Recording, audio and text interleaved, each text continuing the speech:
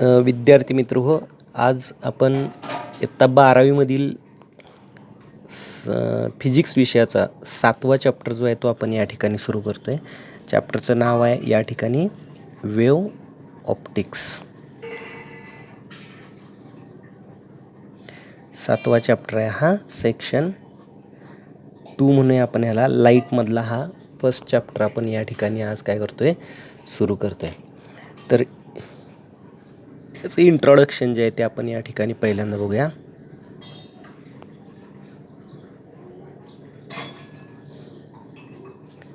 आता आपण 11वीमध्ये हा चॅप्टर थोडासा रे ऑप्टिक्समध्ये आपण थोडंसं याच्याबद्दल माहिती घेतलेली आहे.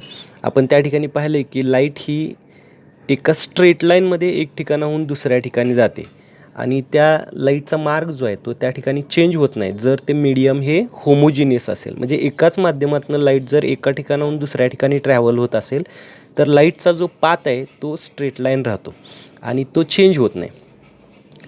आणि this path of light is called a ray of light, and therefore we have studied ray optics in 11th standard. आता लाईटच्या काही फेनॉमेनॉन ही आपण त्या ठिकाणी अभ्यासल्या होत्या. त्याच्यातली पहिली जी फेनॉमेनॉन होती, it is called as reflection of light. When light is incident on any of the opaque surface it gets reflected back into the same medium. That is what called as reflection. म्हणजे light ज्यावेळेस एखाद्या opaque सरफेसवरती, for example मिररवरती ज्यावेळेस incident होते, suppose this is the mirror, that is the reflecting surface. If light is incident on this mirror it gets reflected back into the same medium. Its path gets changed. Now this is the incident ray. Suppose this is AO is the incident ray. Suppose MO is the normal to the reflecting surface XY. Then the angle between the incident ray and the normal is called as angle of incidence. This is denoted by I. This ray, that is OB, this ray is called as reflected ray, and the angle between the reflected ray and the normal is called as angle of reflection. Okay, this is what called as reflection of light, and we have studied laws of reflection in 11th standard also. What is the first law of reflection? The first law of reflection is that incident ray, normal and reflected ray lies in the same plane. हे जे हा जो incident ray आहे, normal आणि reflected ray जे आहेत हे तिन्हीच्या तिन्ही हे एका प्रतलामध्ये असतात. हा फर्स्ट लॉ आहे रिफ्लेक्शनचा, जो आपण 11वीच्या वर्गामध्ये या ठिकाणी काय केलेला होता, पाहिलेला होता. त्याचबरोबर दुसरा लॉ आपण या ठिकाणी बघितला होता की angle of incidence is equal to angle of reflection. Angle of incidence हा बरोबर किती असतो, तर अँगल ऑफ रिफ्लेक्शन एवढा असतो. These are the two laws which are studied in 11th standard. त्याचबरोबर आपण दुसरा जो पॉईंट या ठिकाणी बघितलेला होता 11वीमध्ये, तो म्हणजे रिफ्रॅक्शन ऑफ लाईट. रिफ्रॅक्शन केव्हा होतं, तर when light travels from one of the transparent medium to the another transparent medium. Suppose XY, this is the boundary between the two media. Suppose this is the medium 1, suppose this is a rarer medium, and suppose this is medium 2 which is denser medium. Okay, if light is traveling from rarer medium to denser medium, this is OAO, this is called as incident ray. This is the normal, suppose M, O and N.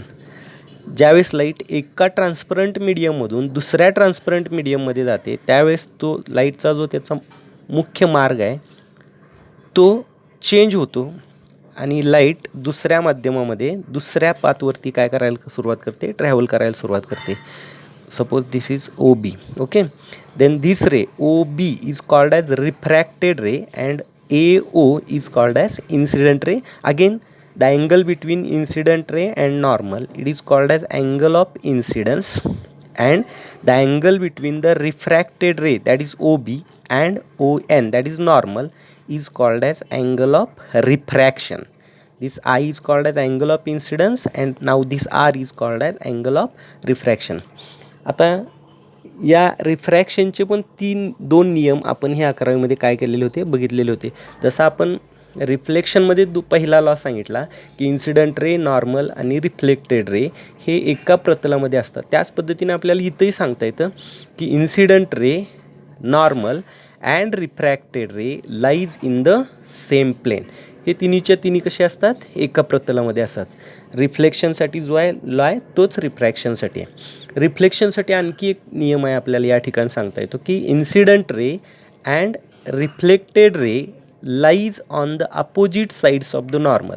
म्हणजे incident ray नॉर्मलच्या एका साईडला असेल तर reflected ray हा नॉर्मलच्या दुसऱ्या बाजूला असतो, except for normal incidence. म्हणजे जर लाईट नॉर्मली इन्सिडंट होत असेल perpendicular to the reflecting surface, त्यावेळेस हे नियम जे आहेत, हा जो नियम आहे तो त्या ठिकाणी पाळला जात नाही, कारण इन्सिडंट रे आणि रिफ्लेक्टेड रे हे दोन्ही एकाच पाथवरती असतात, त्या ठिकाणी बरोबर नॉर्मलवरतीच निघतात ते.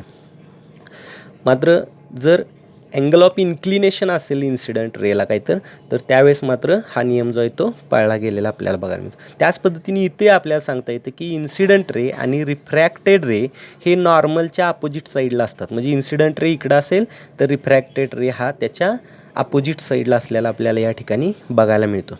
आता या ठिकाणी आपण ह्या आय आणि R, that is angle of incidence आणि अँगल ऑफ रिफ्लेक्शन यांच्यामधलं रिलेशन सांगितलं होतं की अँगल ऑफ इन्सिडन्स हा कसा असतो, अँगल ऑफ रिफ्लेक्शन एवढा असतो. त्याच पद्धतीनं हा अँगल ऑफ इन्सिडन्स आणि अँगल ऑफ रिफ्रॅक्शन यांच्यामधलं जे रिलेशन आहे ते या ठिकाणी आपल्याला या पद्धतीनं मांडता येतं. N1 sine of I is equal to N2 sine of R, where this N1 is called as absolute refractive index of medium 1. हा मीडियम 1चा ॲब्सल्यूट रिफ्रॅक्टिव्ह इंडेक्स असतो. आणि N2 जो आहे it is called as absolute refractive index of medium 2. What is absolute refractive index? Absolute refractive index is the refractive index of the medium 1 with respect to vacuum.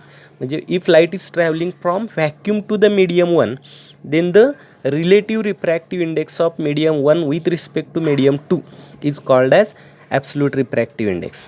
11th स्टँडर्डमध्ये आपण ह्याची व्याख्या जी आहे ती काय केलेली होती, बघितलेली होती.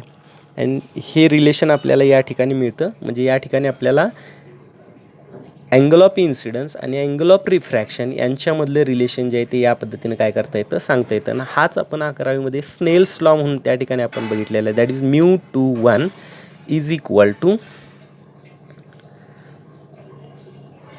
That is it is equal to N2 divided by N1, किंवा you can also write N21 is equal to N2 divided by N1 and it is equal to sin of I divided by sin of R. हा जो आहे तो त्यालाच आपण Snell's law म्हणतो. That is the ratio of sine of angle of incidence to the sine of angle of refraction is always constant for a given pair of medium. दिलेल्या pair of मीडियमसाठी sine i, that is sine of angle of इन्सिडन्सचा जर आपण sine of angle of रिफ्रॅक्शनशी ratio घेतला तर तो आपल्याला कॉन्स्टंट असलेला बघायला मिळतो. म्हणजे आयची किंमत ज्या प्रमाणात चेंज करू आपण त्याच प्रमाणात आरसुद्धा चेंज होतो.